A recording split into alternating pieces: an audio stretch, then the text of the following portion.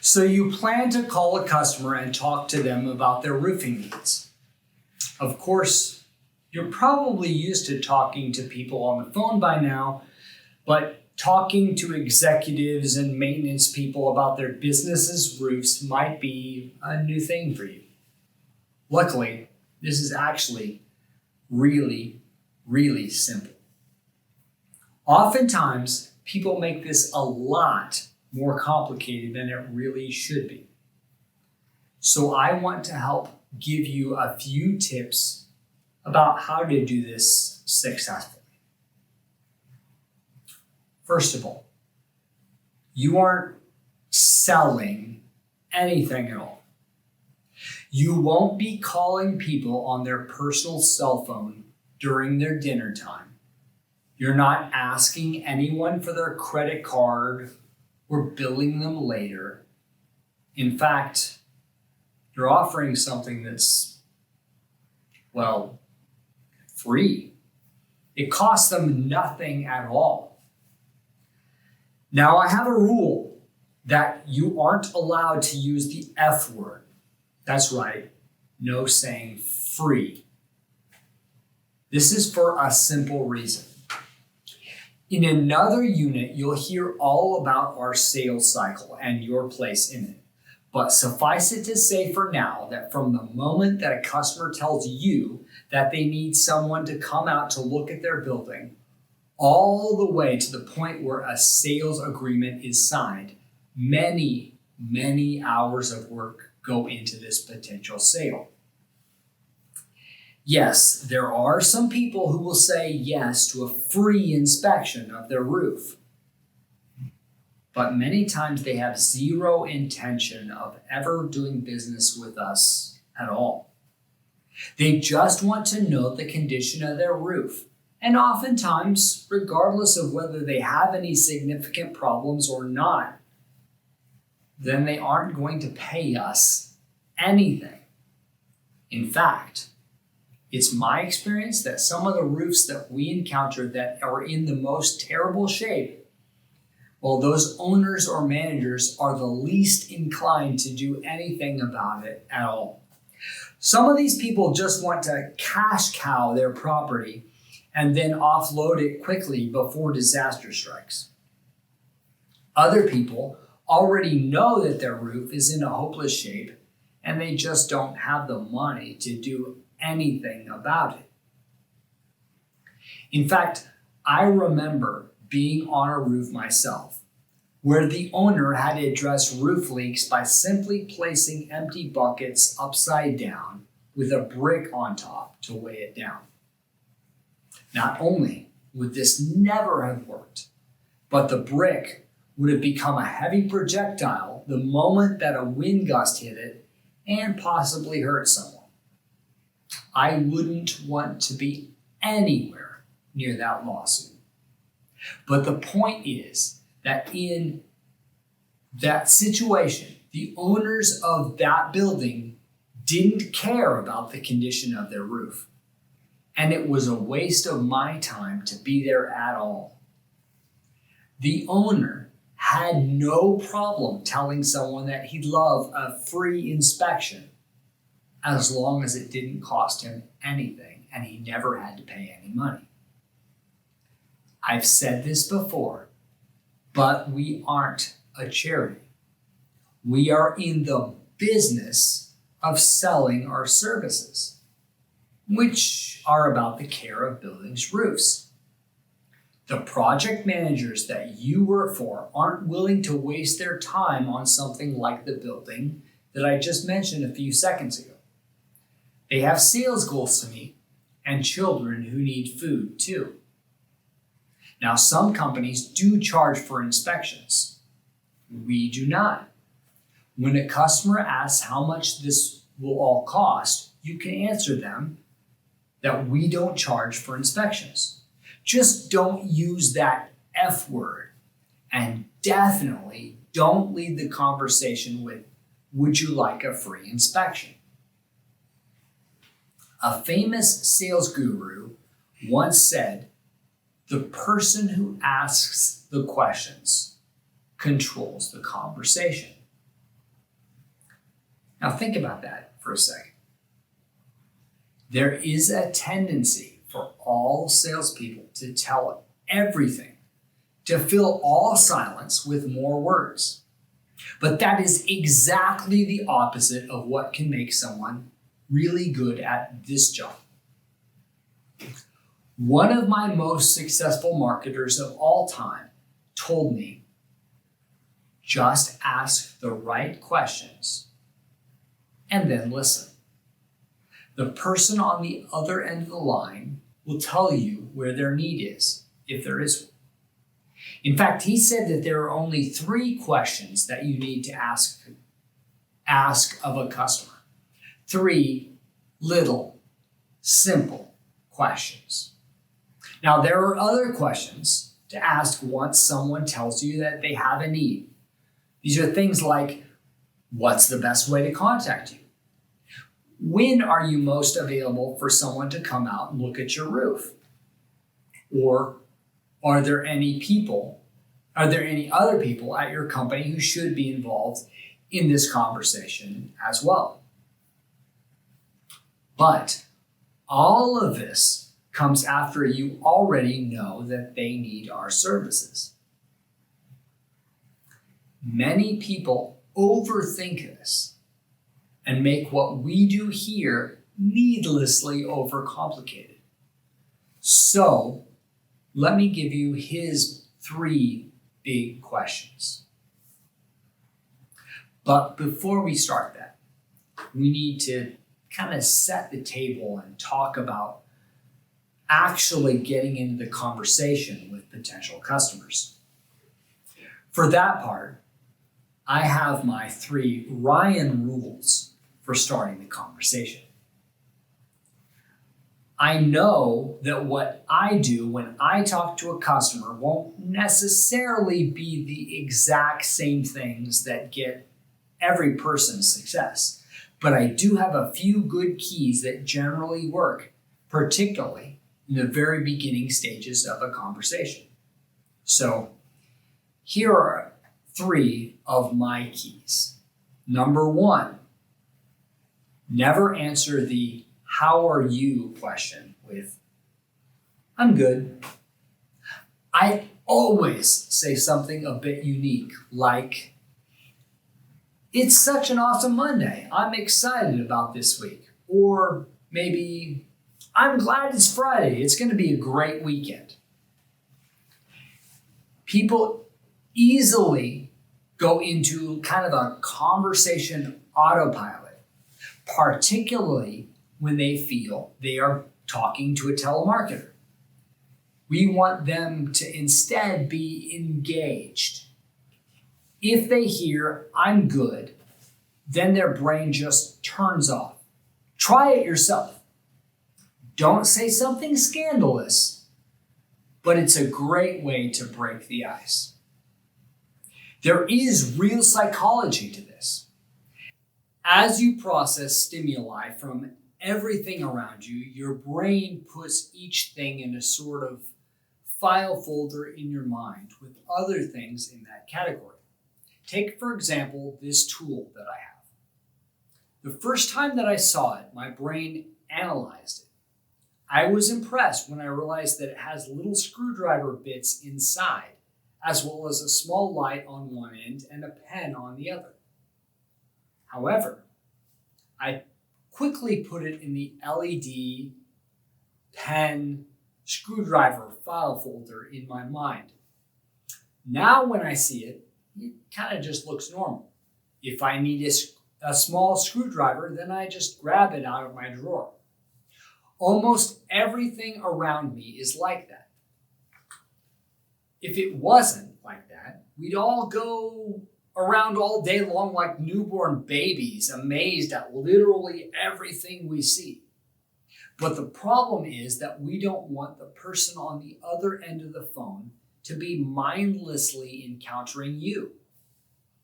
If you want to do an experiment on this, try it in your everyday life first. Here in America, people use the "how are you" question more like "hi." It doesn't really mean much of anything. You're supposed to say fine or okay, but when you don't, it is unexpected and suddenly their brain engages and they have to think now because you broke the pattern. Be careful though. If you get too crazy, you'll be memorable for all the wrong reasons. Number 2, before you tell a customer what CentiMark is, always take the step of asking them, have you heard of CentiMark? Many times they have heard of us. In those cases, an introduction by you is a complete waste of your time and theirs. Sometimes they will tell more things that help a lot. In fact, I've had someone tell me that we were up on their roof right at that very moment. Because of that, I was quickly able to pivot to, oh, I'm just making sure that everything is going well.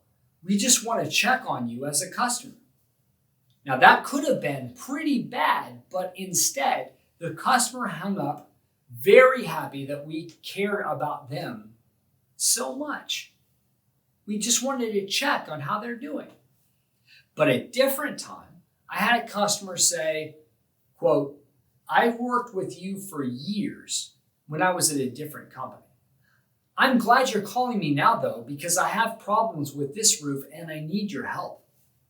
I didn't have to sell him on our services at all. In fact, it was the easiest opportunity that I ever got, just because I asked if he'd heard about CentiMark before. Number 3, there are no waste of your time people.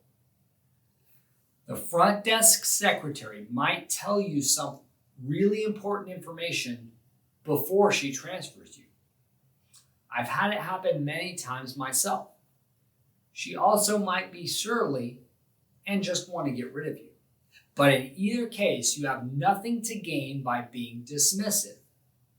A good rule is if someone gets meaner toward you, then just be even nicer to them. I have a personal rule, and maybe it's just true for me, but if the person at the company switchboard gives you her name, as in, thanks for calling Smith Transportation, this is Sally. Well, if she does that, then she will help me out every time. I call it my secretary Sally rule. But if you're rude, dismissive, or pushy with her, well, she'll make sure they never talk to you again. Okay. So we've waited long enough, and you've gotten past the pleasantries with the customer. And you want to know the 3 questions that I mentioned. So here they are, the 3 questions that you need to ask on just about every call. I'll also tell you why each one is important. Keep in mind, they are all open-ended questions.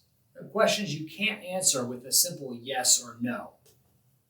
So here we go.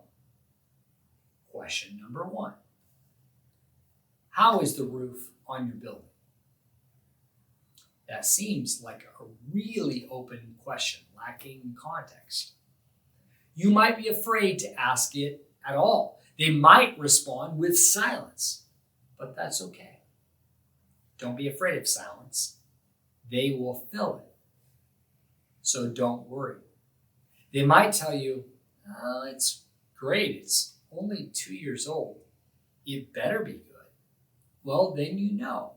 And you don't have to waste a ton of time asking a bunch of questions about fixing or replacing that roof. They might say, however, it's in bad shape. We have a lot of leaks. In this case, you can more easily move to talking about how we might help them. They've already told you where their need is. If you listen, the customer will tell you where their need is. Just listen. Of course, not every customer exchange will end in a lead, nor really should it. But question number 1 flows into question number 2, It's a natural extension to the first question, regardless of what they tell you. If they tell you there's a problem with the roof, then it'll be a simple follow-up. If they say there is no problem, then it might be an avenue to a potential need as well. So question number 2, how old is the roof? Now you probably won't end up asking it exactly this way. That's pretty blunt. Instead, you might say, do you know how old the roof is? Or do you know when the roof was put on? In this example, in the example that I mentioned earlier actually, where they told you that the roof was new, then this question would make you seem pretty silly. So don't ask it in that case because they already answered it. However, if they have told you that their roof is great, and then they answer this question telling you that it's 40 years old, well, then they might need to know the roof's condition so that they can prepare for someday when the roof will be replaced eventually. Or they might want to know about a preventative maintenance plan in order to make the roof last as long as possible. A related question to number 2 is, what kind of roof do you have? Many people might not know. You will have people tell you, I'm not sure. In that case, then you might respond with a simple question about the last time it was inspected and preventative maintenance was done. If the person in charge doesn't quite know what their roof type is, then they probably are ignoring it, and potential problems on the roof, well, they don't just heal themselves. They just get more and more expensive. This is related very closely to the roof age because all roof types have a predicted lifespan. Where I am in North Texas, the roof on my house will probably only last about 10 years or so. Hail or wind or even a tornado, and let's hope that never happens at my house, will damage it before that 10 years is up. If a residential roofer asked me how old my roof was and I said 10 years, then he'd probably know that it was beyond its lifespan. On the other hand, I've also seen roofs out in California on buildings that were built by Spanish missionaries. Well, they used clay tile, and those roofs are a few hundred years old and are still going strong. But on to that third and final question. Question number 3. How big is the roof? Once again, they often don't know the size in actual square feet. So you might need to give them some comparison categories. Is it the size of a small store, a supermarket, a factory? If they tell you that it is really big, then I bet that there is some reason for us to be on that building. Just to give you an idea, there's a factory in Dallas, Texas. It makes disposable cups. In fact, you probably know the brand and have used their red plastic cups at parties.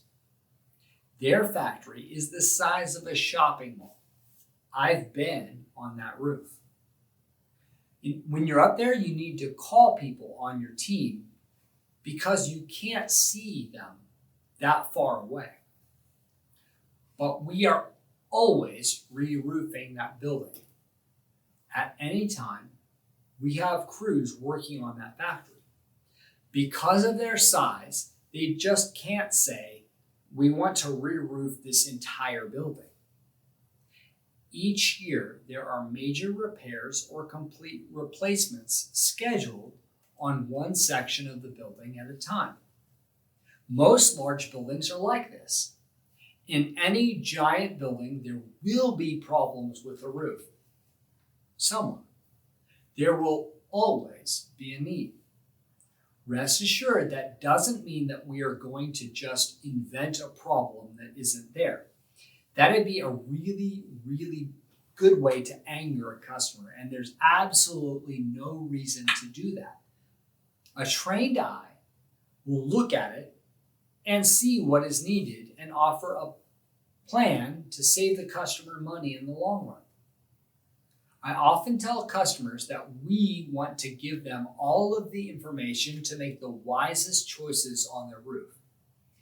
If they have all the information that they need and are empowered to make the best decisions, then they will know what to do.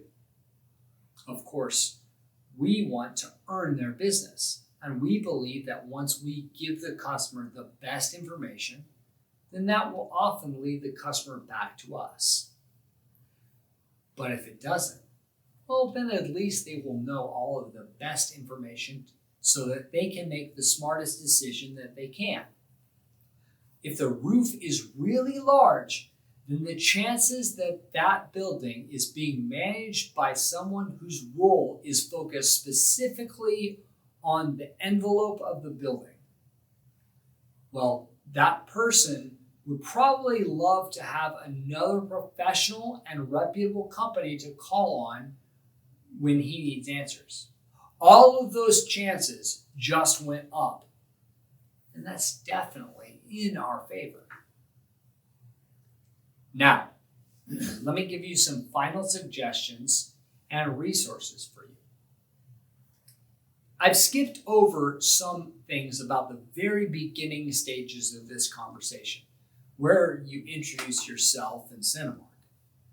There's definitely more of an art to doing that part. On the whole, I'd say that the more you can sound like a person who just wants to have a conversation, and the less like an operator sitting in a phone bank, well, then the more likely you are to get them to really open up about their own needs.